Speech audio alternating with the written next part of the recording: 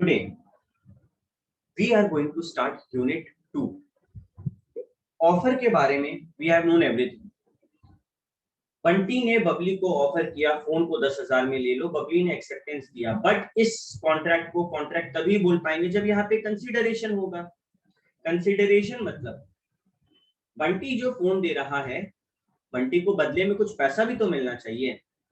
बंटी को बदले में कुछ मिलना चाहिए. Bunty should get something in return. इसी को हाईफाई लैंग्वेज में क्या बोलते हैं? क्विड प्रो को. सबको घर पे बोलेगा क्विड प्रो को. कंसिडरेशन का मतलब समथिंग इन रिटर्न, जिसका लैटिन वर्ड है क्विड प्रो को. ओके, अब आते हैं इसके फुल फ्लेजेड डेफिनेशन को याद करते हैं. इसका डेफिनेशन कहाँ है? 2 का D. When at the desire of the promisor, promisee or any person has done or abstained from doing, does or abstain from doing, promises to do or abstain from doing something, such act or abstinence of promise is called consideration of the promise. अब अपन इसको decode करें, ठीक है? इसका operation करें. हम लोग offer का भी ऐसे ऑपरेशन किए थे ना, याद है?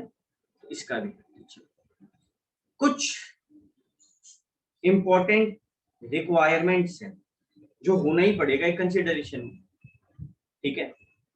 जब भी कोई चीज कंसिडरेशन होगा हम लोग को ये चीजों को चेक करना पड़ता है. Point number 1, consideration must move at the desire of the promisor.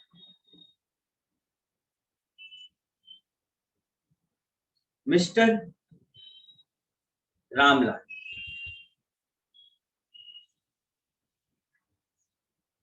Mister Ramlal ने कहा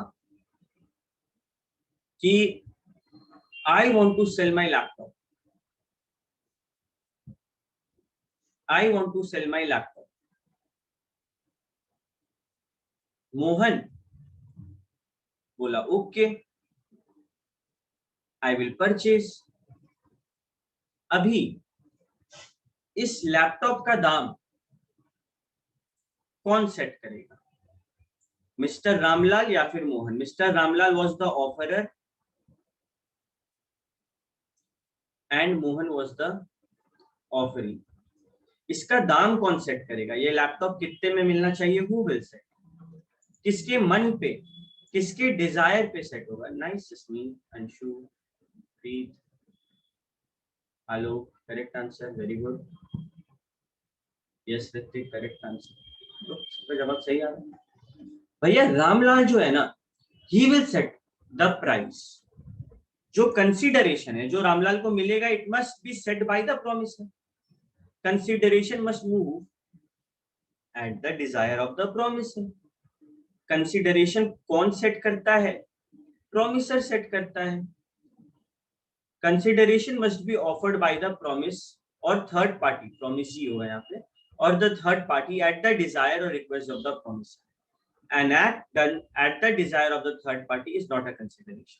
चलो उस लाइन को भी आगे समझेंगे. सेकंड, पहला भैया हम लोग को क्लियर है, consideration must move at the desire of the promise. Must move at the desire of the promise. Consideration में मूव फ्रॉम द प्रॉमिसी और एनी अदर पर्सन. मतलब कंसिडरेशन में मूव फ्रॉम द प्रॉमिसी और any other person का मतलब stranger. इसी case में देख लो, इसी केस में दिखाते हैं.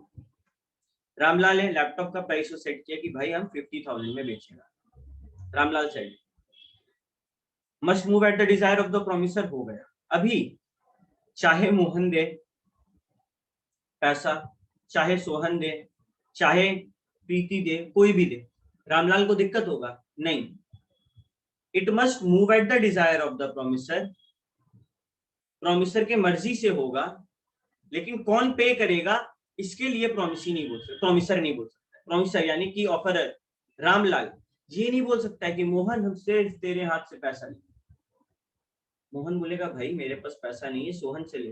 रामलाल बोलेगा लाओ दो. क्यों? कॉन्ट्रैक्ट में लिखा है, लॉ है, लॉ कि it may move from the promise और एनी अदर पर्सन, चाहे तो जिसको लैपटॉप बेच रहे हैं वो दे, या फिर कोई और इंसान जिसको हम नहीं जानते। आई एम रामलाल, हमको नहीं पता सोहन कौन, मोहन सोहन दोस्त है, यार है, भाई है, मेरे को नहीं पता। बट अगर मेरे को कोई और उस लैपटॉप का पैसा दे रहा है मोहन के बदले, आई विल टेक इट। पहला, must move at the desire of the promise. दूसरा, may move from the promisee और any other person. Now let us come to the most famous case study। ये केस था बड़ा famous, Chinnaiya versus Ramaiya. Let me show you. एक ना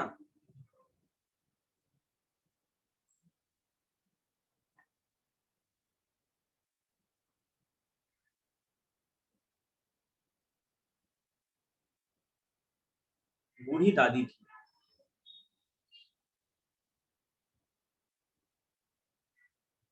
उस बूढ़ी दादी का एक ब्रो था, यानी कि ब्रदर, जिसका नाम था चिनैया।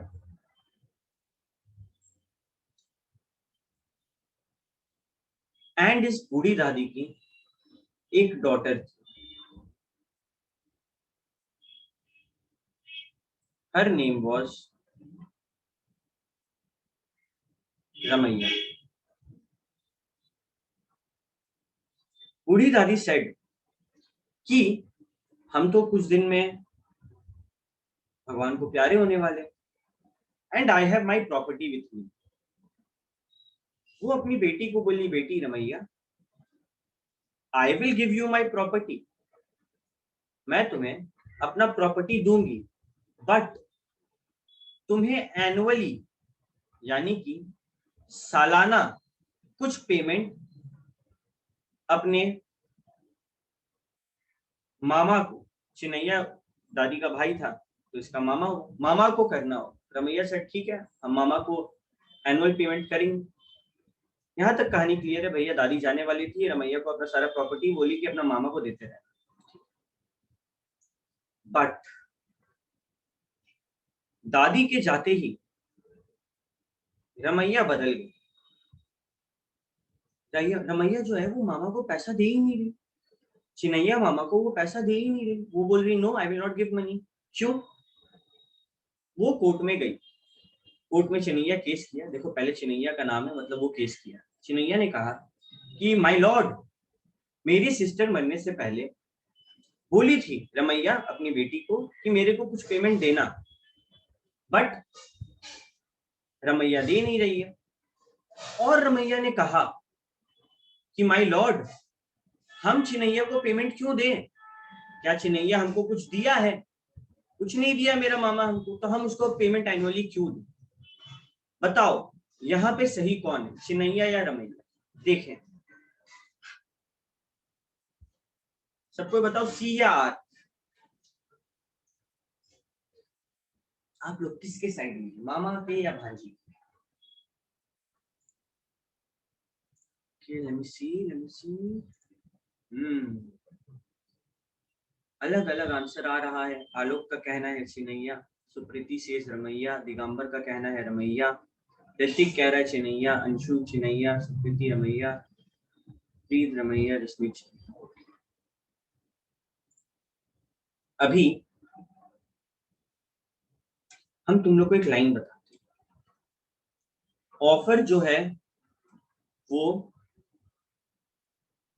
कंडीशनल हो सकता है, बिल्कुल।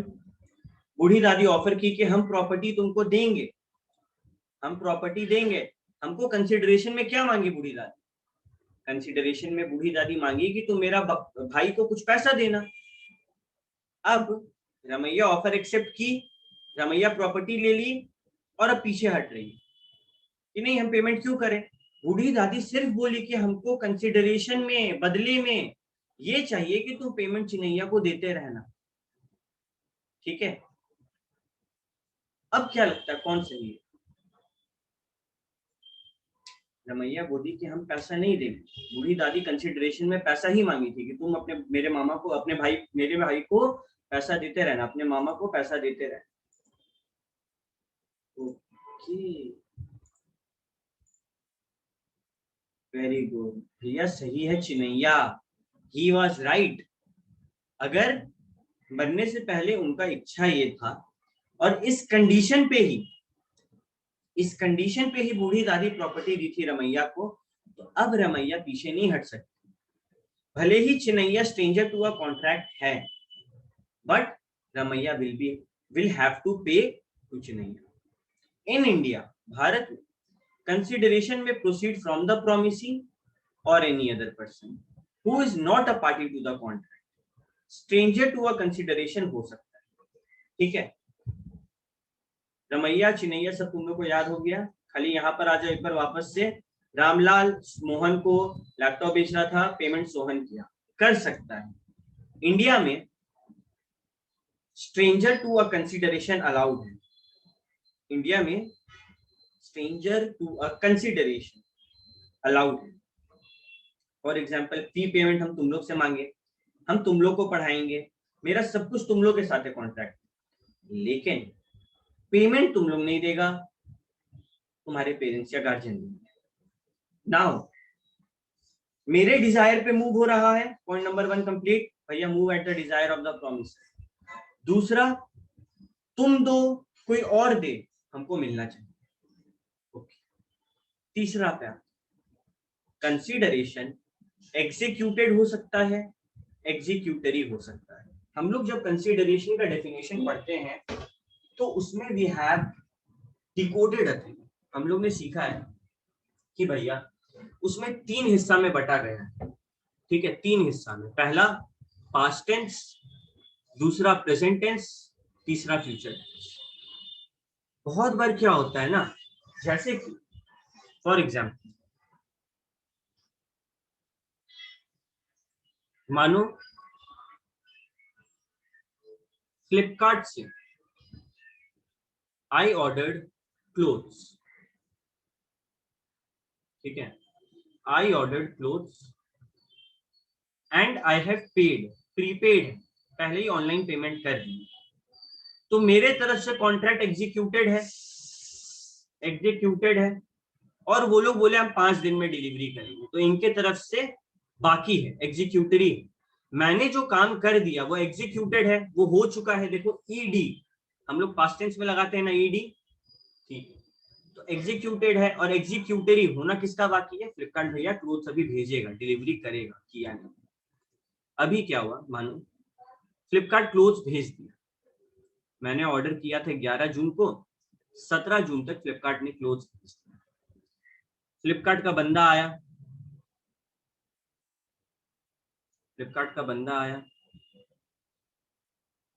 इसके हाथ में कपड़ा है, ठीक है, इसके हाथ में क्लोथ है, एंड इसका क्या कहना है पता है? पहले आप पेमेंट करिए, सुन के अजीब नहीं लग रहा है? अरे भाई क्या बोल रहा है तुम, आई हैव ऑलरेडी पेड, मेरे तरफ से तो कॉन्ट्रैक्ट एग्जीक्यूटेड है, अब तुम हमको सिर्फ क्लोथ, ठीक है। भले ही क्लोथ तुमको अभी मिल रहा है, तुम पे कर चुके हो ना, एग्जीक्यूटेड है ना, यस एग्जीक्यूटेड, तो फिर से पेमेंट करने का जरूरत नहीं है, कॉमन सेंस, ठीक है। हो सकता है कंसीडरेशन जो है वो तुमने दे दिया है, या फिर बहुत बार होता है देना बाकी है, अभी कुछ लोगों का फी पेमेंट नहीं आया, तो उनका एग्जीक्यूटरी कंडीशन है, कंसीडरेशन है, सिंपल, उनका देना बाकी है, ठीक है, ओके। लेकिन हम लोग इसको और डीप से पढ़ेंगे, चलो। A consideration which consists in the performance of an act is said to be executed consideration. अगर कोई ऐसा कंसिडरेशन है जो हो चुका है, परफॉर्म कर चुके हैं, तो वो एग्जीक्यूटेड।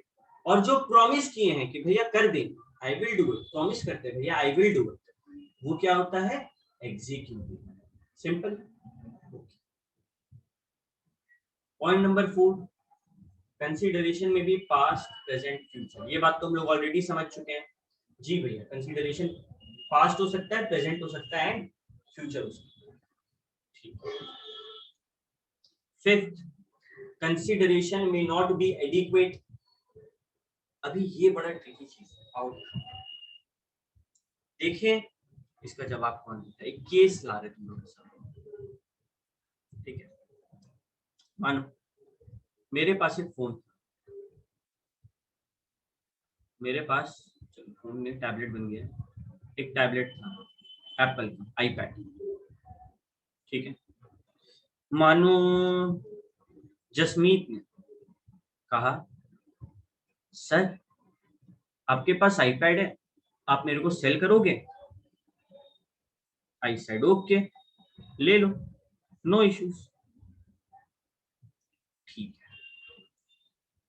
ये जो एप्पल का आईपैड है इसका ओरिजिनल प्राइस है 30,000। इसका ओरिजिनल प्राइस क्या है? 30,000। But I said to Jasmeet कि यू गिव मी 12,000, तुम मेरे को इस एप्पल आईपैड का 12,000 दे। We have studied, no consideration, no contract. अगर कंसिडरेशन नहीं है तो कॉन्ट्रैक्ट नहीं है। क्या यहाँ पे कॉन्ट्रैक्ट बन रहा है मेरे एंड जसमीत के बीच में? आंसर बताओ, यस या नो। क्या यहाँ पे मेरे और जसमीत के बीच में कॉन्ट्रैक्ट बन रहा है? सही आंसर आ रहा है सब।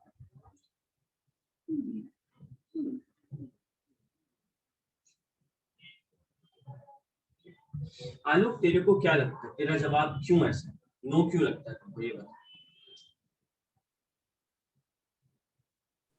सर क्योंकि प्राइस जो है वो अगर ये काउंटर करना चाहे तो वो भी तो हो सकता है ना। नहीं मान एक्सेप्टेंस हो गया, सब कुछ हो गया सब, फिर यस सर। Okay good. देखिए भैया, इस पूरे चीज को लिखने का एक लौता मकसद है, एक लौता मकसद कि अगर कंसीडरेशन नहीं है, अगर कंसीडरेशन नहीं है तो हम कॉन्ट्रैक्ट नहीं मानेंगे। अगर कंसीडरेशन नहीं है तो हम कॉन्ट्रैक्ट नहीं मानेंगे। लेकिन अगर कुछ भी कंसीडरेशन है, कुछ भी कंसीडरेशन है जो प्रोमिसर हंसते खेलते बोल रहा है कि ठीक है दे दो, कोई इशू नहीं है, तो वहां पे वो कॉन्ट्रैक्ट माना जाएगा। जरूरी नहीं है पेमेंट फुल में हो, ठीक है। जरूरी नहीं है कि इक्वल वैल्यू मिले, वही दाम मिले, बस कुछ मिलना चाहिए जिसको लॉ बोले कि हाँ भाई कुछ वैल्यू का पेमेंट में किया है, ठीक है। प्रोमिसर बिना कोई टेंशन के बेच रहा है, ठीक है। मानो जसमीत मेरे को इमोशनली ब्लैकमेल करती, या फिर धमकी देती, या फिर धोखा से, या फिर मिसरिप्रेजेंटेशन से, कोर्शन से, अनड्यू इन्फ्लुएंस से, फ्रॉड से, या मिसरिप्रेजेंटेशन से, इन पांच चारों में से कोई भी चीज एक करती, अगर मानो जसमीत कोई भी चीज एक्सरसाइज करके हमसे आईपैड खरीदती, तो क्या होता? देखिए कौन बताता, तो क्या होता?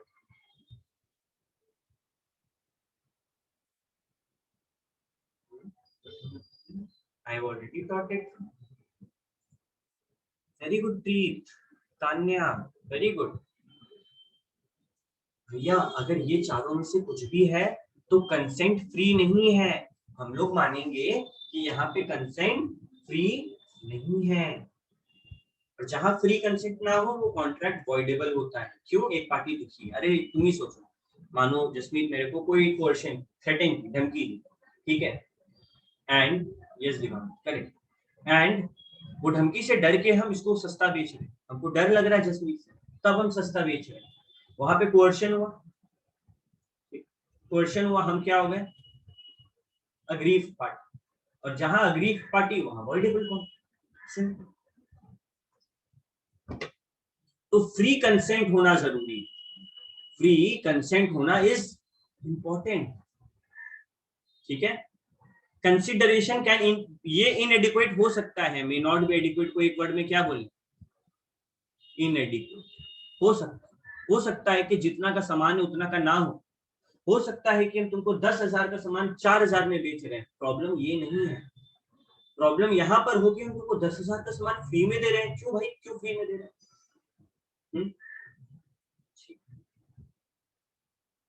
ओके, लेकिन but as an exception, if it is shockingly less and the other party alleges that his consent was not free, then this inadequate consideration can be taken as an evidence in support of this allegation. मानो जसमीत 30,000 के iPad को 10,000 में, बहुत सस्ता है, बहुत सस्ता, and हम ये कोर्ट में क्लेम कर रहे हैं कि जसमीत मेरा कंसेंट फ्री नहीं था, जसमीत अनड्यू इन्फ्लुएंस किया, जसमीत अनड्यू इन्फ्लुएंस की, मेरे को बहलाने फुसलाने का कोशिश की, मेरे को धोखा दिए, फ्रॉड किए मेरे साथ आईपैड लेने में। तो यहाँ पर क्या हो, यहाँ पर मेरे पास वैलिड रीजन है, क्यों? अरे भाई शॉकिंगली लेस है, शॉकिंगली लेस है, पहला पॉइंट, शॉकिंगली लेस होना जरूरी है। दूसरा पॉइंट, कंसेंट फ्री नहीं। ये दो केस है तब हम केस करने जा सकते हैं। क्या क्या? पहला भैया शॉकिंगली लेस होना जरूरी है, एंड दूसरा कंसेंट जो है वो फ्री नहीं होना चाहिए। अगर ये दो केस है, आप कोर्ट जाइए, आपका कोर्ट में बात सुना जाएगा। Consideration must be real and not illusion. ठीक, मतलब कंसिडरेशन लीगल भी होना चाहिए और फिजिकली पॉसिबल भी होना चाहिए। ठीक है, लीगल भी होना चाहिए और फिजिकली पॉसिबल भी होना चाहिए। अगर ये दोनों में से कोई भी एक चीज नहीं है तो हम लोग कंसिडरेशन को इल्यूजरी मानते हैं। इल्यूजरी का मतलब पता है क्या होता है? छलावा। ठीक है, छलावा। जैसे कि बहुत सारा इल्यूजन होता है ना, हम लोग, मैजिक इज अ छलावा, मैजिक इल्यूजन होता है। ठीक है, धोखा होता है। तो अगर कोई चीज लीगल नहीं है या फिर फिजिकली पॉसिबल नहीं है तो हम लोग वहां पे उसको कंसिडरेशन नहीं मानते। फॉर एग्जाम्पल, आई सेड कि हम तुम लोग को पढ़ाएंगे, बदले में तुम लोग मेरे को मानो वही क्या बोलते हैं उसको, ओपीएम ला के देना कहीं से। ठीक है, ओपीएम ला कर देना। ओपीएम इज अ ड्रग जो कि बैंड है इंडिया में। आई सेट ने कि भाई मेरे को पेन होता है, मेरे को ओपीएम का जरूरत है, क्या वो कॉन्ट्रैक्ट वैलिड होगा? नहीं, क्यों? Consideration illusory. आप भैया सेक्शन 10 में essentials of a valid contract में बताए थे कि कंसिडरेशन एंड ऑब्जेक्ट दोनों लीगल होना चाहिए। यहाँ पे अगर कंसिडरेशन इलीगल है तो वो वॉइड एग्रीमेंट होगा। ठीक है, कंसिडरेशन रियल होना चाहिए। रियल कंसिडरेशन क्या होता है? एक तो लीगल होना चाहिए, दूसरा पॉसिबल होना चाहिए, सिंपल। ठीक है, चलो यहां तक समझ आया, आगे बढ़ते हैं। 7, performance of what one is legally bound to do cannot be consideration. ठीक है,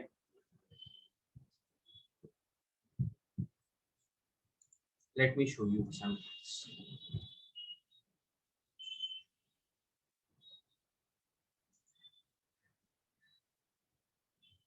मानो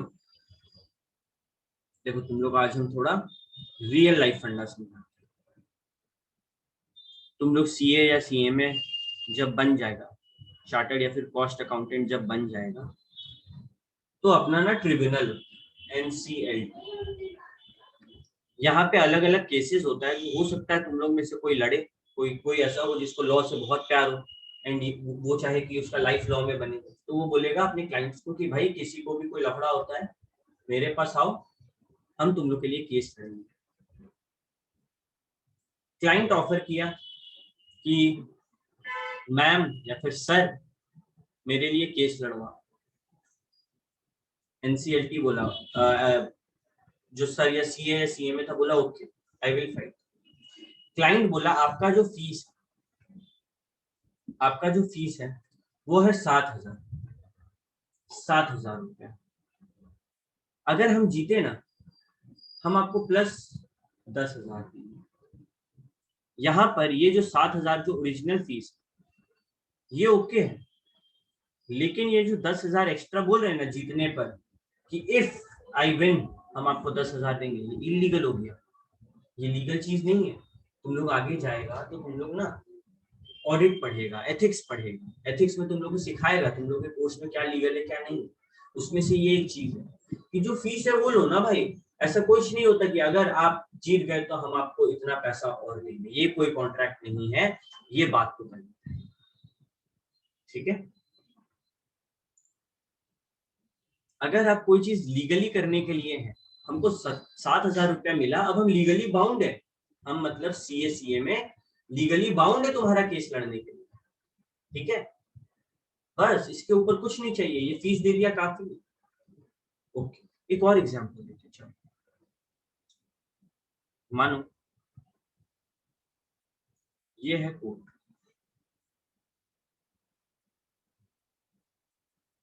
यहाँ बैठे हुए हैं जज। जज, ठीक है, जज साहब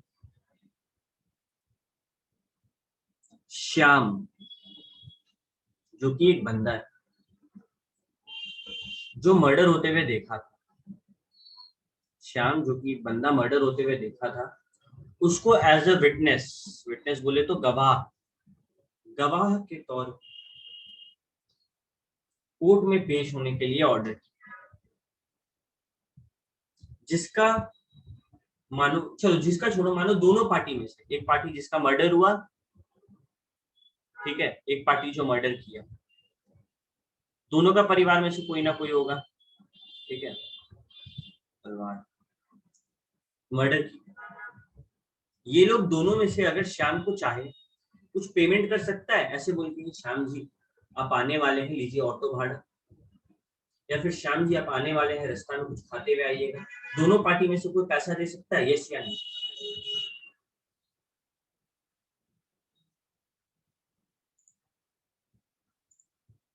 शाबाश, वेरी गुड। चलो किसी का जवाब यस नहीं आया, ऑब्वियस सा बात है भैया, वो विटनेस है, वो गवाह है, वो लीगली बाउंड है, लीगली बाउंड है आने के लिए। मेरा उसको कोई भी पेमेंट करना या फिर आगे वाले पार्टी का किसी का भी कोई भी पेमेंट करना सही नहीं।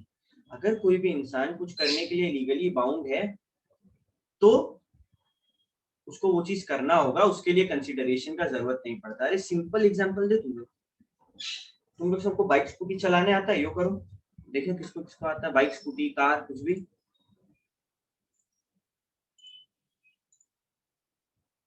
वो बहुत जन को आता है, सभी को आता है, कुछ कुछ को तो दो दो बार आता है। अभी सोचो कि हम बोले हाथ जोड़ के, सर या फिर मैम आप लोग हेलमेट पहनिए, लीजिए 100 रुपये, प्लीज हेलमेट पहनिए, ये वैलिड है क्या? नहीं। अभी तुम लोग समझो हो क्या, ठीक है,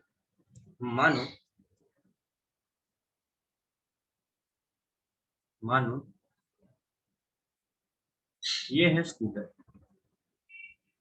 स्कूटर स्कूटी जो भी बोलो, एंड एक तरफ तानिया बैठी हुई है, एक तरफ तनु बैठी हुई है, दोनों के पास हेलमेट नहीं, और ये हैं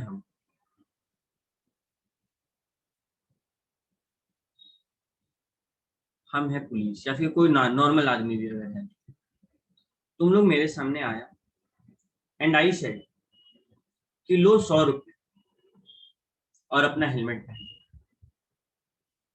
उसके बाद भी अगर तुम लोग हेलमेट नहीं पहने, उसके बाद भी तुम लोग हेलमेट नहीं पहने, तो क्या हम जाकर कोर्ट में केस कर सकते हैं कि हम ये लोग को पेमेंट किए थे 100 रुपया का, ये लोग फिर भी हेलमेट नहीं पहने, सर ये लोग को आप हैंडल कीजिए, हम ऐसा कुछ बोल सकते हैं कोर्ट में जाके? बताओ तो जरा, यस या नो? बिल्कुल नहीं, बिल्कुल नहीं बोल सकते। क्यों?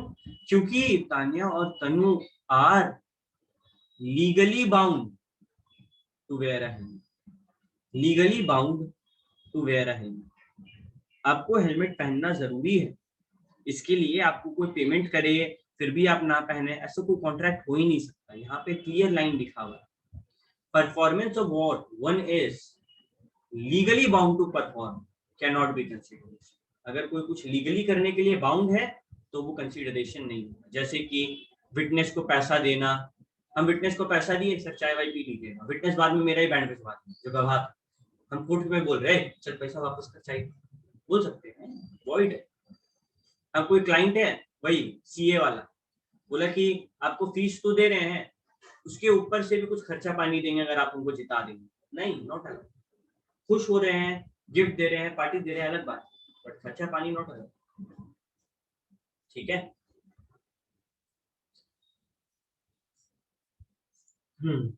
अच्छा तुम लोग को एक फन फैक्ट बताता हूँ।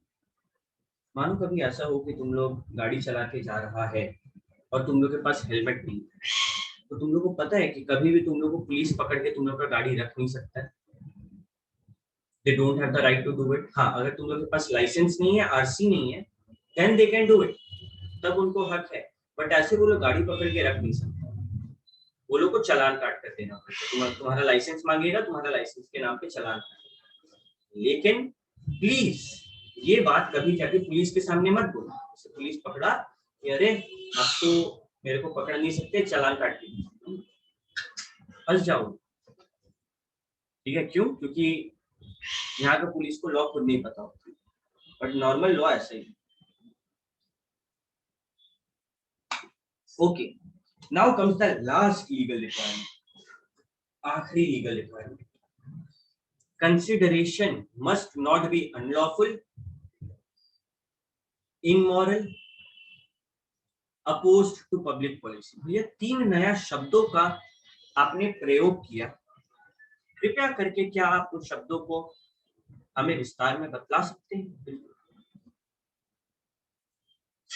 अनलॉफुल मतलब जो लॉ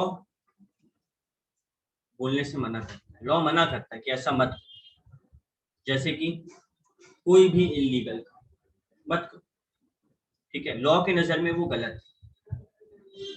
दूसरा मॉरल इमोरल, इमोरल मतलब जो हमारे संस्कार के अगेंस्ट, जो हमारे संस्कार के अगेंस्ट, ठीक है। Let me tell you how.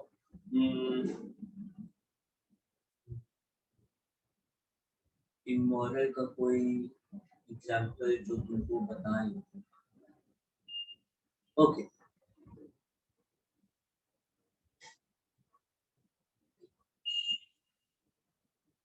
चलो इमोरल में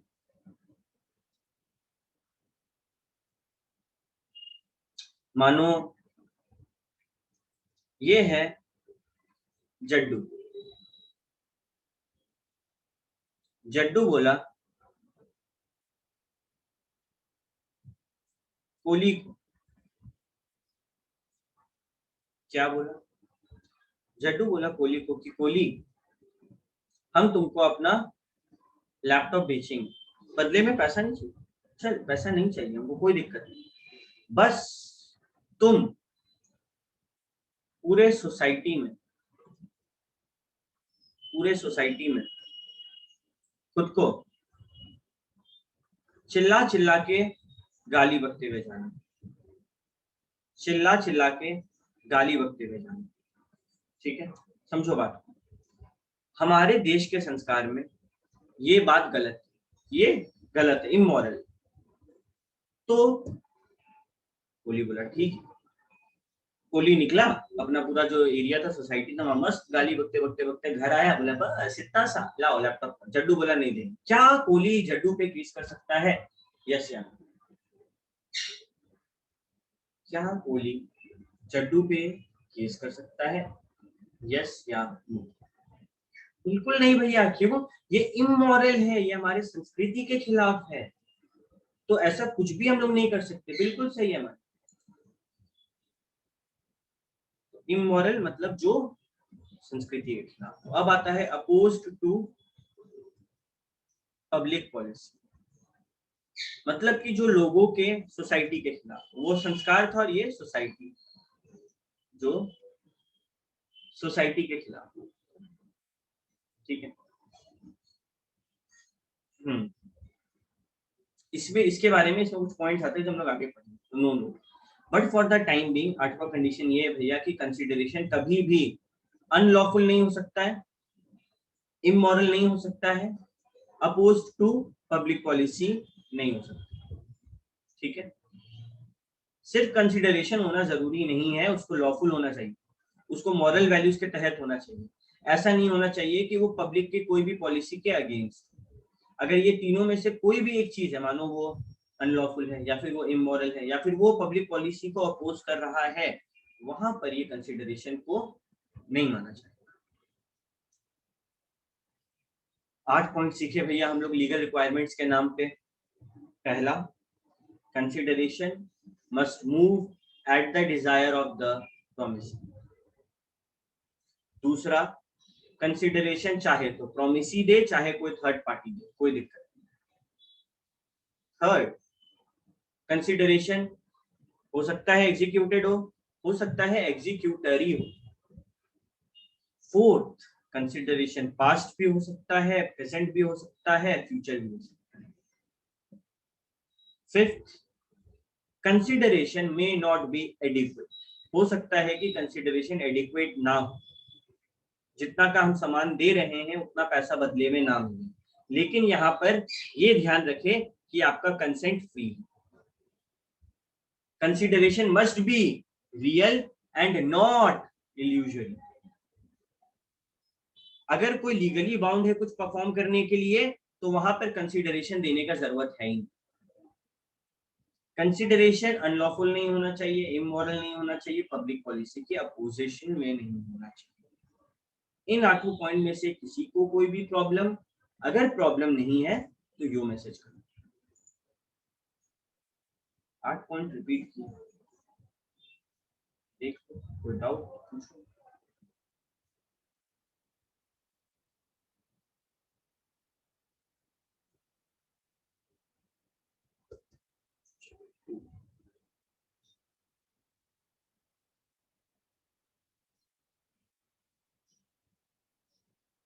खुद किसी को डाउट नहीं। अब बात करते हैं validity of an agreement without consideration. ओ भाई, very important, validity of an agreement without consideration. ये सब तुम लोग का किताब में मिलेगा, ठीक है, टेंशन मत। अभी यहाँ पर ध्यान, नो कंसिडरेशन नो कॉन्ट्रैक्ट। भैया पहला क्लास से आप एक बात तो रिपीट किए जा रहे हो, अगर कंसिडरेशन नहीं रहेगा तो कॉन्ट्रैक्ट भी नहीं होगा। लेकिन ये लॉ का कुछ एक्सेप्शंस भी है, कुछ एक्सेप्शंस भी है इस लॉ का, ठीक है। ऋतिक को डाउट है कि सर कोई आदमी का एग्रीमेंट होगा और वो मर गया तो उसका एग्रीमेंट का क्या होगा। ओके, ये सारा डाउट ना हमसे बहुत बच्चा पूछता। तुम लोग थोड़े दिन में, आई थिंक 4 या 5 क्लास बाद इस बात को समझोगे कि अगर हम तुमसे कोई कॉन्ट्रैक्ट किया उसके बाद हम इस दुनिया में नहीं रहते हैं, तो मेरा कॉन्ट्रैक्ट तुमसे क्या है, पढ़ाने का, पर्सनल नेचर का है। क्या तुम मेरा छोटा भाई से, मेरे मॉम डैड से पढ़ सकता है? नहीं। तो यहाँ पे कॉन्ट्रैक्ट परफॉर्म करने का जरूरत नहीं है। अगर कोई ऐसा चीज है जो सिर्फ हम परफॉर्म कर सकते हैं, जिसमें मेरा स्किल, मेरा टैलेंट लगता है, तो वहां पर मेरा लीगल एयर या फिर मेरा नॉमिनी या फिर कोई भी जिसको हम अपना प्रॉपर्टी दे रहे हैं वो परफॉर्म नहीं करता है। लेकिन मानो अगर कॉन्ट्रैक्ट ऐसा है कि कोई सामान लेना था या फिर कुछ बेचे थे, कोई ऐसा गुड्स वगैरह, तो वहां पे तुम मांग सकते हो जाके कि भाई वो गुड्स दे दो, हमारा कॉन्ट्रैक्ट हुआ था, मैंने पेमेंट किया है, प्रूफ लेकर जाओ, मिल जाए। समझ में आया Hrithik? Yes sir. Okay, back to the topic, no consideration, no contract। लेकिन कुछ ऐसे सिचुएशन है जहां पर बदले में कुछ ना मिले फिर भी कॉन्ट्रैक्ट माना जाता है। नॉर्मली बदले में कुछ मिलना जरूरी है, बट कुछ केसेस ऐसे भी हैं जहां बदले में कुछ ना मिले तो कॉन्ट्रैक्ट माना जाता है। भैया जैसे कि first, promise made out of natural love and affection. Promise made out of natural love and affection, section 25 का 1। अभी ये सेक्शंस याद रख लो, ठीक है। जब सब कुछ हो जाएगा, आई हैव टोल्ड यू, देखो तुम लोग हम ट्रिक बताते हैं, पता नहीं कुछ लोग बाद में आए तो उनको नहीं पता होगा। सेक्शंस कैसे याद रखें भैया? लॉ याद रखने में बड़ा दिक्कत होता है, क्या करें? I am telling you which I have done. I have a teaching experience of past 3 years and every student do it and gives positive result. क्या है? लॉ का कॉपी होगा तुम लोग के पास, उसके लास्ट पेज को ओपन करना, लास्ट पेज में लिखना, लास्ट पेज को ओपन करके लिखना इंडियन कॉन्ट्रैक्ट एक्ट. ठीक है, तुम लोग थोड़ा अच्छा राइटिंग में लिखना, मेरे जैसे मत. एक तरफ लिखना सेक्शन, मानो सेक्शन 2 का ए, और बगल में लिख देना ऑफ, बस. 2 का बी, बगल में लिख देना प्रॉमिस, बस यही करना है. ठीक है, लिख देना है, दैट्स. अभी मानो तुम सुबह जगे, और ये चीज किसमें किसमें कर सकते हैं? मैथ्स का फॉर्मूलाज है, पतला सा 5 रुपए वाला कॉपी खरीदो, उसमें सारा फॉर्मूला लिखो. और कुछ नहीं, सुबह जगे, ब्रश करने के लिए खड़ा हो, हाथ में लो, ब्रश करते करते रीड करना है. हफ्ता में 7 दिन होता है. मान जैसे सबसे ज्यादा याद करने का चीज है लॉ एंड मैथ्स, इसमें कुछ ऐसा चीज है जो रिवीजन एक्सेप्ट करता है, तो ये दोनों अल्टरनेट डेज पे रिवाइज.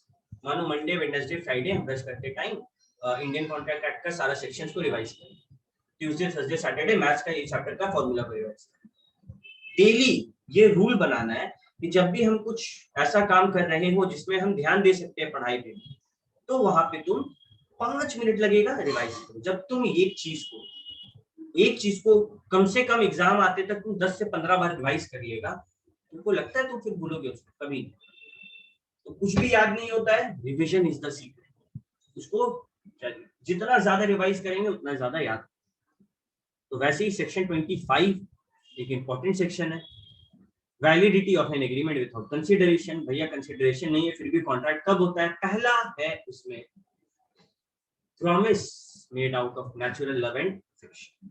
25 का 1, सेक्शन 25 सब सेक्शन 1. कभी कभी नेचुरल लव या अफेक्शन के तहत गिफ्ट दिए जाते हैं. For example, your dad gifted you a car out of love. बदले में पापा बोलते हैं क्या, चल पैसा दे 10 लाख रुपया. मोबाइल दिलाते हो तो बोलते क्या 15,000 रुपया हुआ दे? नहीं, कभी नहीं बोलते. वो लव से होता है, वो प्यार से होता है, अफेक्शन से होता है. तो भैया एक काम करते हैं ना, हम लोग को मिल गया है कॉन्ट्रैक्ट में लूप होल. ये जो चैप्टर है इसमें लूप होल मिल गया. कैसे हर्षद मेहता जो है वो लूप होल का फायदा उठाया था, हम लोग भी लूप होल का फायदा उठाते हैं. नॉर्मल रूल है कि कंसिडरेशन नहीं तो कॉन्ट्रैक्ट नहीं.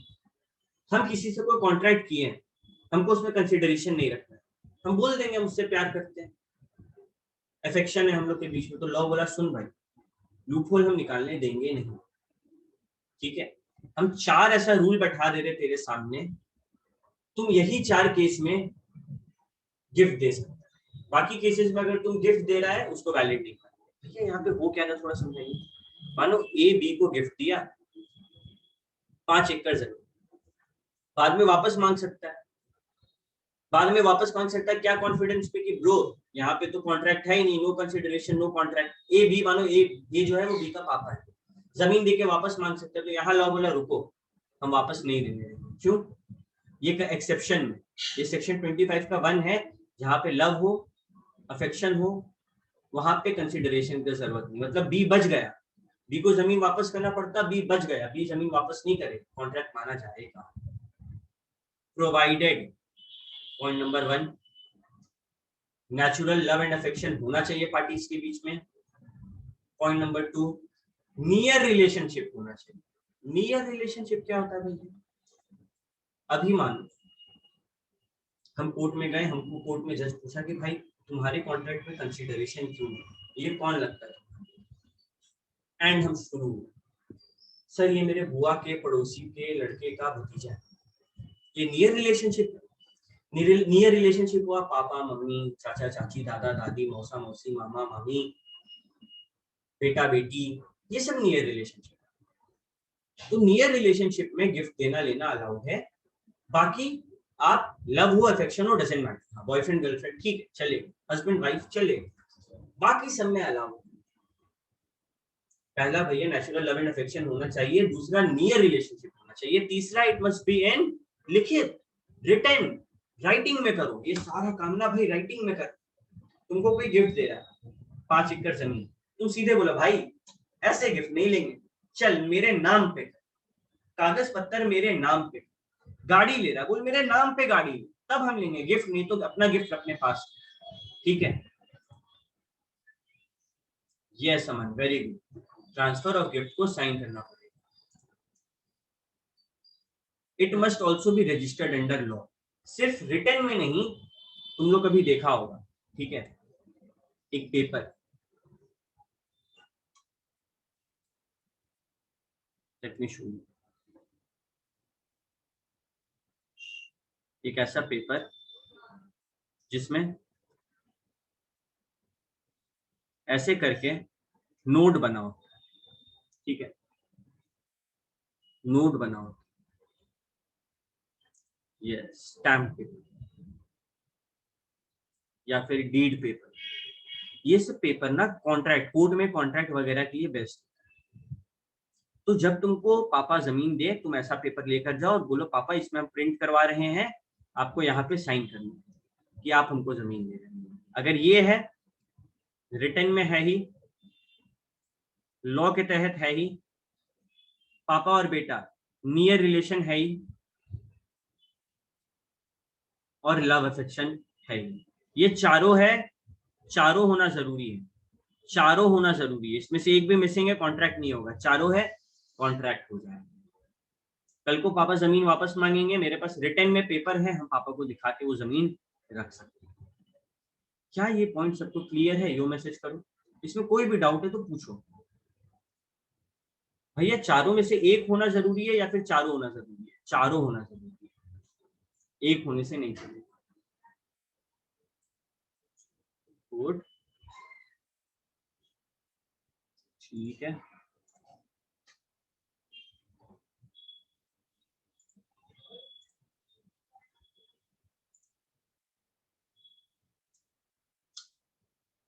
एक पॉइंट तो तुम लोग को क्लियर कि भैया पहला कंसीडरेशन नहीं तो कॉन्ट्रैक्ट नहीं, लेकिन लव एंड अफेक्शन वाला सिस्टम में चलेगा। 4 चीज देखना है, पहला लिखित में हो, दूसरा लॉ के तहत हो, तीसरा नेचुरल लव एंड अफेक्शन हो, और चौथा नियर रिलेशनशिप।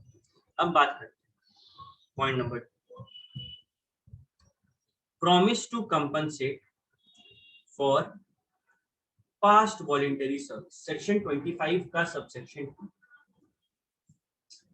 अगर कोई पास्ट वॉलंटरी सर्विस दे रहा है भैया, तो क्या हम लोग उसको कंपनसेट कर सकते हैं? A promise to compensate wholly or in part a person who has already voluntarily done something for the promisor is enforceable. Let me show you.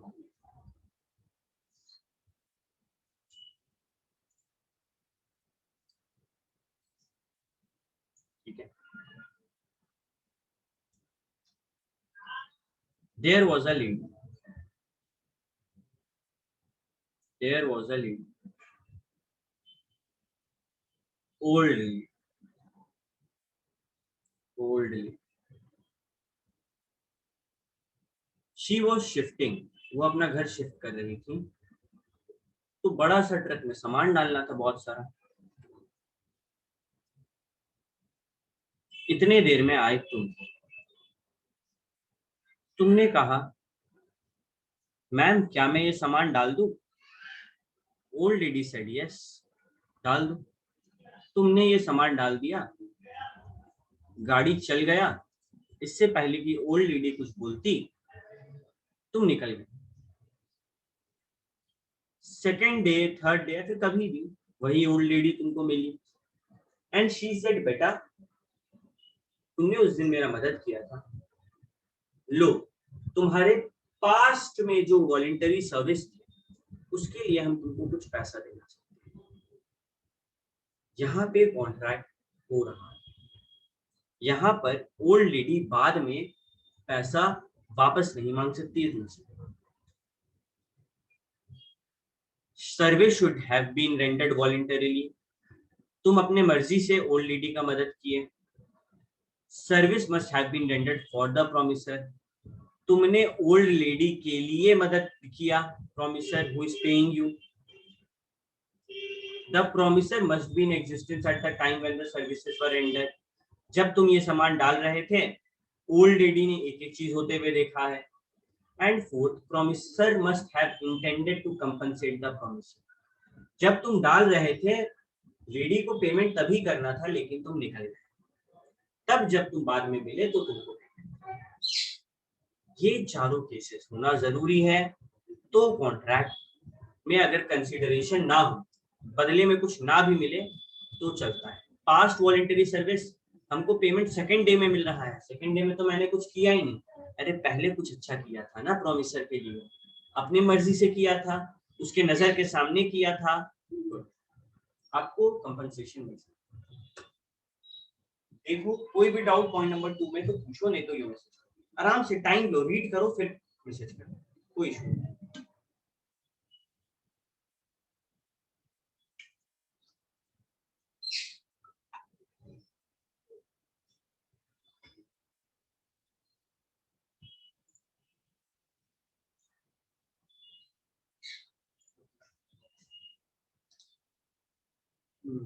The promisor must have intended to compensate the promisee, मतलब promisor का इरादा होना जरूरी है promisee को पे करने का। ओल्ड लेडी का इंटेंशन, इरादा होना चाहिए था कि हाँ हम इस बच्चे को पेमेंट देंगे।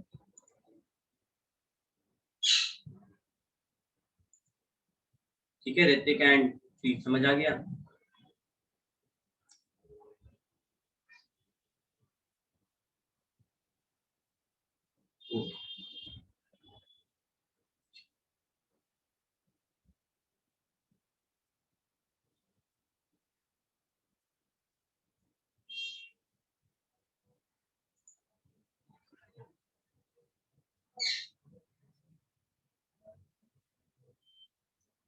ठीक है,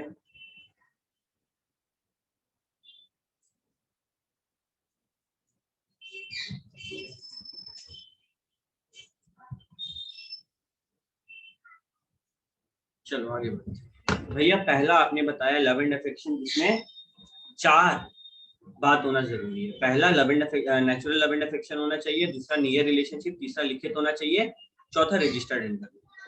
फिर आपने बताया पास्ट वॉलंटरी सर्विसेज के लिए पेमेंट मिल सकता है, बट उसके लिए भी 4 कंडीशन है। पहला, सर्विस वॉलंटरीली देना चाहिए अपने मन से, दूसरा प्रोमिसर के लिए होना चाहिए, तीसरा जब हम सर्विस दे रहे हैं प्रोमिसर वहां पर मौजूद होना चाहिए, एंड चौथा प्रोमिसर का इंटेंशन होना चाहिए कि हम प्रोमिसी को कंपनसेट करेंगे। अब आते हैं सेक्शन 25 के sub section 3, promise to pay time barred debt. Promise to pay time barred debt. Does anybody of you know time barred debt क्या होता है? बताओ। You can try, no issues.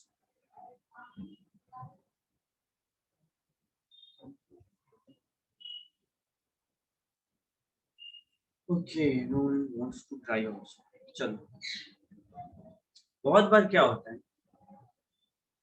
For example EMI within a given period. Exactly Aman, simple था कि भैया बहुत बार क्या होता है, कोई टाइम पीरियड होता है हमारे सामने, उस कॉन्ट्रैक्ट को उस टाइम पीरियड में परफॉर्म करना जरूरी है। फॉर एग्जांपल EMI, EMI में क्या होता है, 15 मंथली इंस्टॉलमेंट में पेमेंट दिया जाएगा। ठीक है, टाइम है ना, टाइम से तुम उधार लिए सामान, पहले डेट जो है, उधार जो है तुमने लिया सामान और फिर टाइम लगा दिया उसके ऊपर, यही हो गया टाइम बार्ड डेट, टाइम के द्वारा रोका गया हुआ डेट। डेट मतलब उधार। ठीक है, अभी अगर तुम कोई टाइम बार्ड डेट दे रहे हो बिना कंसीडरेशन के, मानो मेरे पास तुम आए, बोले भैया मेरे को पैसा का जरूरत है, क्या मेरे को 5,000 रुपए दे सकते हैं? आई से ठीक है, तुम 1000 रुपया करके 5 महीना में लौटा देंगे। ये सिंपल टाइम बार्ड है। मैंने तुमको उधार दिया, बदले में मेरे को कुछ मिला नहीं भैया, यहाँ तो नो कंसिडरेशन नो कॉन्ट्रैक्ट। यहाँ तो हम चाहें अगर तो आपका पैसा लेके भाग सकते हैं। बोले नहीं, अगर टाइम बार्ड डेथ है, दो चीज ध्यान रखना, तुम कोर्ट में केस लड़ पाएगा। पहला, प्रॉमिस जो है वो राइटिंग में होना जरूरी है। हम तुमको जब 5000 रुपया देंगे, हम लिखवा लेंगे कि तुम हमको हर महीना 1000 रुपया करके देने वाले। दूसरा, तुम्हारा साइन होना जरूरी है। मानो तुम नहीं हो, अपने एजेंट को बोलो साइन करने, साइन होना जरूरी है, रिटर्न में होना जरूरी है। तब अगर हम तुमको टाइम बार्ड डेट दे रहे हैं, कोई दिक्कत नहीं। क्या सबको क्लियर है? Point number 3। इसके बाद सारा पॉइंट इजी है। पॉइंट नंबर 3 बताओ क्लियर है? टाइम बार्ड डेट मतलब उधार देना। जब भी किसी को उधार दो बिना कुछ बदले में लिए, तो लिखित में देना और उसका साइन या फिर उसके एजेंट का साइन ले लेना। क्या सिर्फ एक ही बच्चे को क्लियर है, बाकी का यो नहीं आया?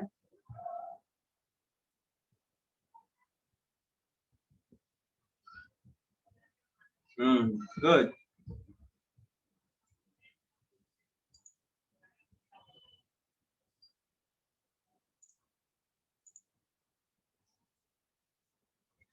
पॉइंट नंबर 4,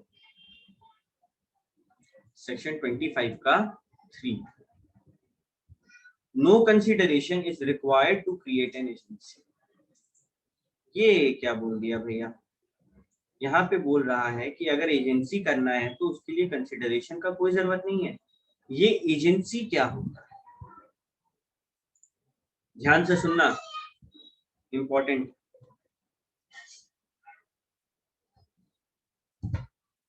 मानो एक बंदा है, उसका ब्रिक्स यानी कि ईंटे का काम है। ईटा का ना भट्टी होता है, बड़ा बड़ा भट्टी होता है, इसमें ईटा वगैरह चलते रहता है। ठीक है, ईटा वगैरह चलते रहता है। क्या ये बंदा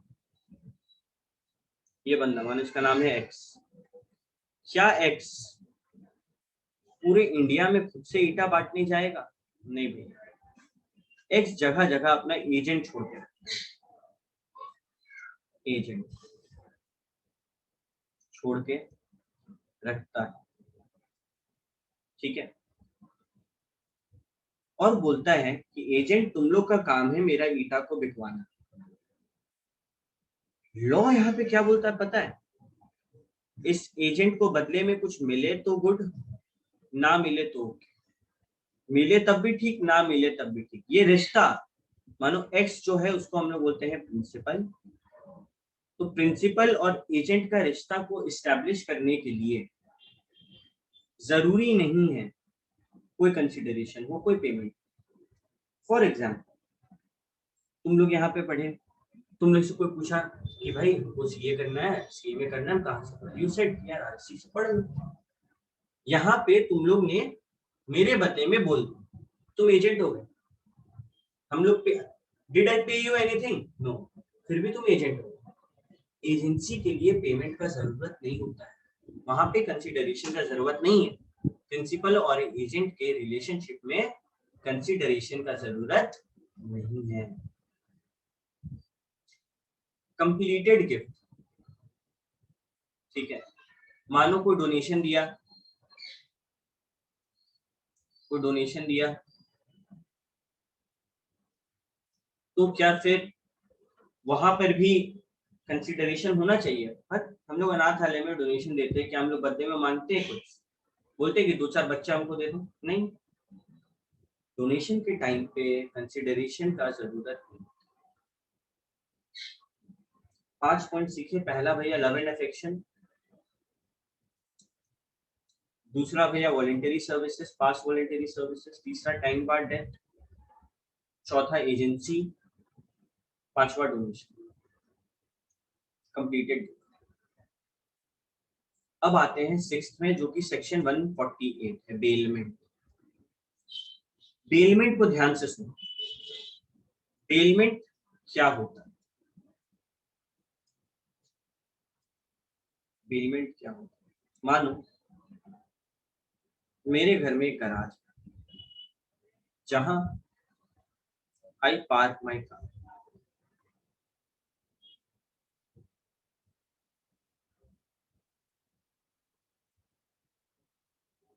बट कुछ ऐसा हुआ कि मेरे घर में आए गेस्ट, और इतने सारे गेस्ट कि मेरे को गराज भी खाली कराना होगा, लोग वहां पर भी सोएंगे। मेरा घर है छोटा, हम अपना कार रखे तो रखे।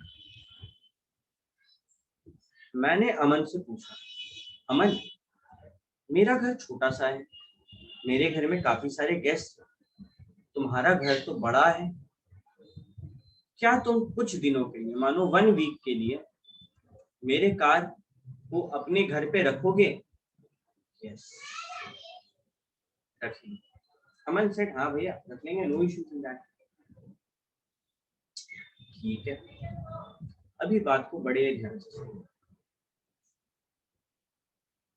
अमन चाहे तो पैसा लेगा इस काम के लिए, चाहे तो पैसा नहीं लेगा। मैंने कार को अमन के घर में डिलीवर कर दिया। हफ्ता भर बाद लेने के लिए गया, अमन हंस रहा है। अमन बोल रहा है, भैया नो कंसीडरेशन नो कॉन्ट्रैक्ट, अगर आप कंसीडरेशन नहीं दोगे तो कॉन्ट्रैक्ट नहीं होगा। ठीक, क्या मैं अमन पे केस कर सकता हूँ? यस या नो? बताओ जरा, देखें क्या जवाब है।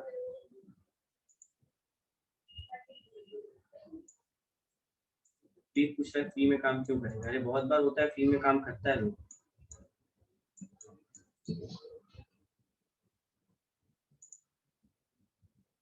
सब कह रहे हैं कि केस नहीं किया जा सकता। क्यों नहीं किया जा सकता?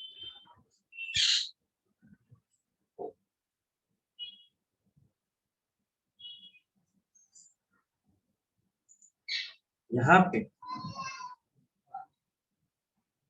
आई can give a case, I can file a suit against Aman.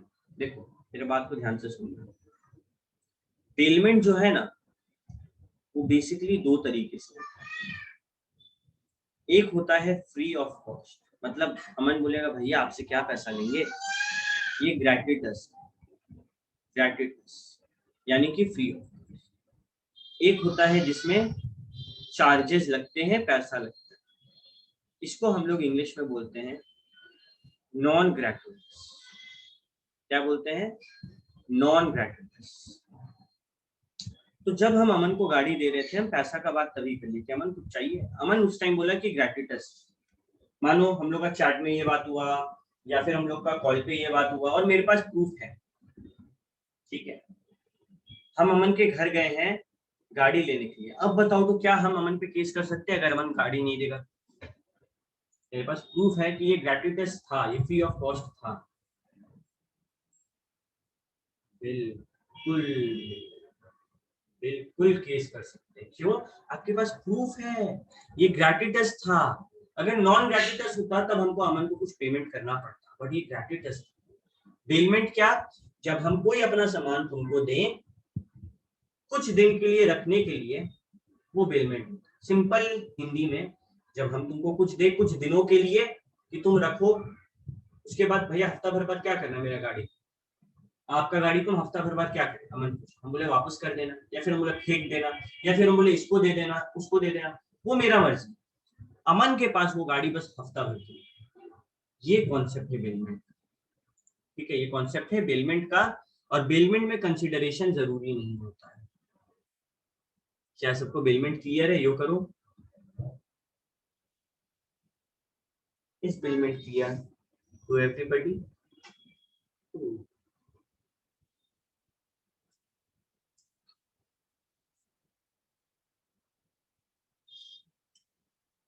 Good good. अब आते हैं पॉइंट नंबर 7 पे, चैरिटी। चैरिटी वही डोनेशन है, ठीक है, वही डोनेशन है,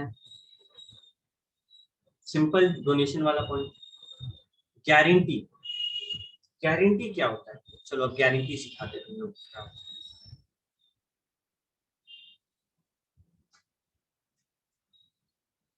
मानो हम्म, हम्म, मानो Anshu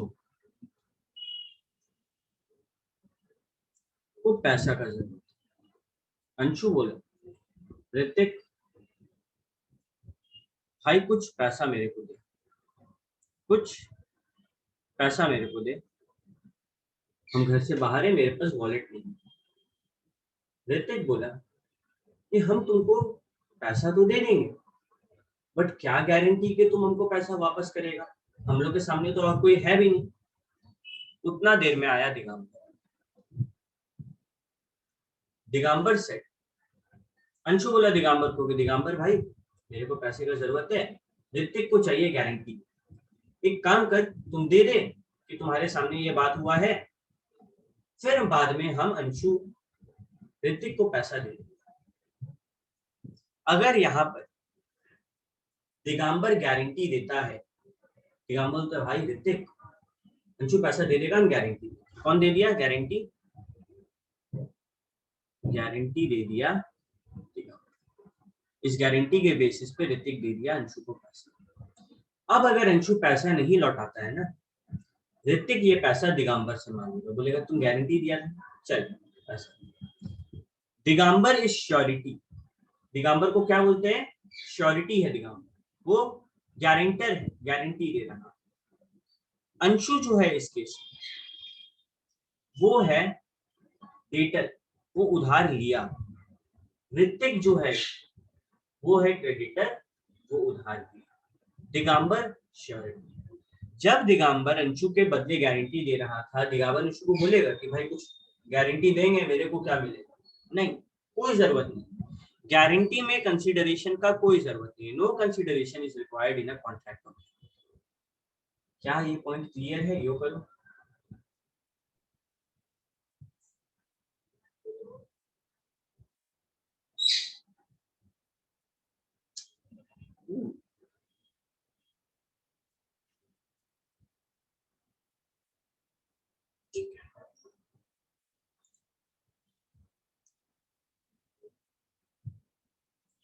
And the last point, point number 9, remission. When a contract is discharged by way of remission, it does not require consideration. जब कॉन्ट्रैक्ट रेमिशन के जरिए कंप्लीट होता है, तब हमें कंसिडरेशन का कोई जरूरत नहीं। तो भैया ये रेमिशन का मतलब क्या है?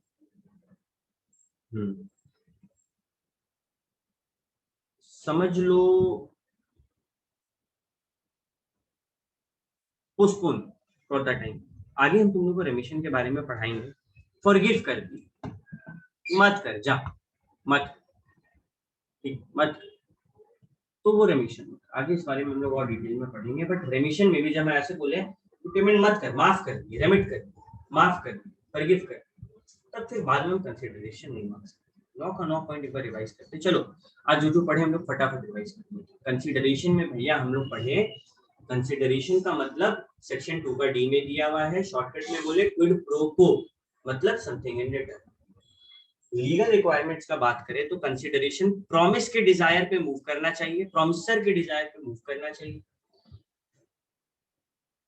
It may move from the promisee और एनी अदर पर्सन। पेमेंट कोई भी कर सकता है, बट किसके मर्जी से पेमेंट होगा, कितना रुपया पेमेंट करना है ये कौन डिसाइड करेगा? प्रॉमिस। कंसिडरेशन एग्जीक्यूटेड हो सकता है, एग्जीक्यूटरी हो सकता है। कंसिडरेशन पास्ट, प्रेजेंट, फ्यूचर कुछ भी हो सकता है। कंसिडरेशन इनएडिक्वेट, कोई दिक्कत नहीं, बस फ्री कंसेंट होना जरूरी है। कंसिडरेशन रियल हो सकता है, इल्यूजरी हो सकता है। अगर कोई इंसान लीगली बाउंड है किसी काम को करने के लिए, तो वहां पर वो पैसा नहीं मांग सकता। कंसिडरेशन अनलॉफुल नहीं होना चाहिए, इमोरल नहीं होना चाहिए, अपोज टू पब्लिक पॉलिसी नहीं होना चाहिए। सेक्शन 25 बोलता है कि नो कंसिडरेशन नो कॉन्ट्रैक्ट तो सही है, लेकिन इस बात के कुछ एक्सेप्शंस। पहला, नेचुरल लव एंड अफेक्शन जहां पर हो वहां पर कंसिडरेशन का जरूरत नहीं। 4 चीजों का ध्यान यहां पर रखना है। पहला, नेचुरल लव एंड अफेक्शन होना जरूरी है। दूसरा, नियर रिलेशनशिप होना जरूरी है। तीसरा, ये कॉन्ट्रैक्ट राइटिंग में होना चाहिए। चौथा, लॉ के तहत रजिस्टर्ड होना चाहिए। पांचवा सॉरी 4 पॉइंट डन। अब आते हैं पॉइंट नंबर 2 सेक्शन 25 का 2, promise to compensate for past voluntary service. पुराने सर्विसेज के लिए कंपनसेशन अलाउड है। 4 पॉइंट का ध्यान यहाँ पर दिया। पहला, जो सर्विस किए हैं वो वॉलंटरीली किए हैं, अपने मन से। दूसरा, वो सर्विस प्रॉमिसर के लिए। तीसरा, जब हम वो सर्विस दे रहे थे प्रॉमिसर वहां पे था। चौथा, प्रॉमिसर शुरुआत से ही ये इरादा से था कि हम इसको कंपनसेशन दें। तीसरा, promise to pay time bar date 25 का सबसेक्शन था। अगर आप कोई उधार ले रहे हैं जो टाइम से आपको पेमेंट करना है तो इस बारे में लिखित में रहो और आगे वाले पार्टी का साइन लो। 4th पॉइंट, एजेंसी क्रिएट करने के लिए कंसीडरेशन का जरूरत नहीं है। 5th पॉइंट, कंप्लीटेड गिफ्ट अगर है, डोनेशन वगैरह, चैरिटी वगैरह, कंसीडरेशन का जरूरत नहीं है। बेलमेंट का केस में कंसीडरेशन का जरूरत नहीं है। गारंटी के केस में कंसीडरेशन का जरूरत नहीं है। रेमिशन के केस में कंसीडरेशन का जरूरत नहीं है। ओके,